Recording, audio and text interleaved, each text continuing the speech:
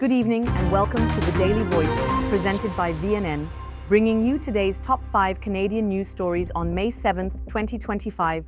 Let's get started. Tensions in South Asia are spiraling after Pakistan launched overnight mortar attacks on civilian areas in Kupwara, Jammu and Kashmir.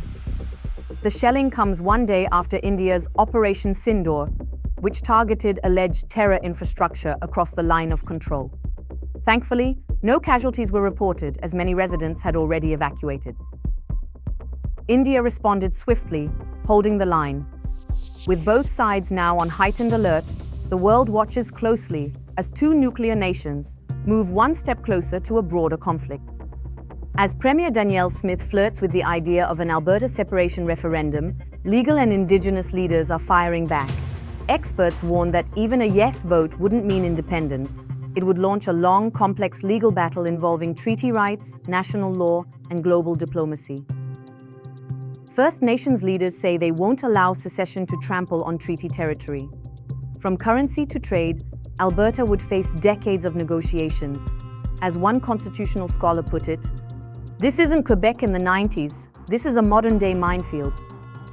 Prime Minister Mark Carney is under pressure to fulfill his promise to eliminate internal trade barriers by Canada Day, but provinces aren't making it easy.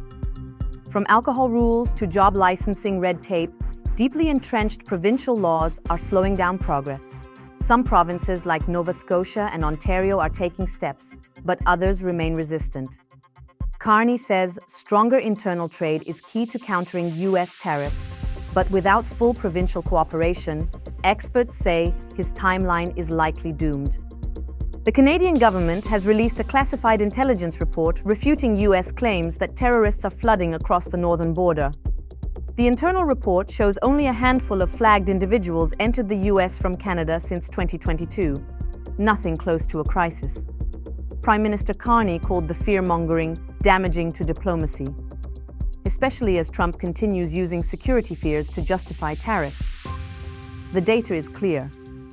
There's no border crisis, just political theater. Canadian trips to the U.S. have plummeted by over 50% this spring, and new border checks are to blame. U.S. agents near the BC crossings are stopping cars before they even reach Canada Customs, asking invasive questions and inspecting vehicles. Blaine's mayor says it's hurting local businesses, and travelers say it's simply not worth the hassle. With tourism dropping and tensions rising, small towns on both sides of the border are demanding relief before the economic damage becomes permanent. That's all for today's top stories. Thank you for joining us on The Daily Voice, presented by VNN. Stay informed, stay engaged, and we'll see you next time.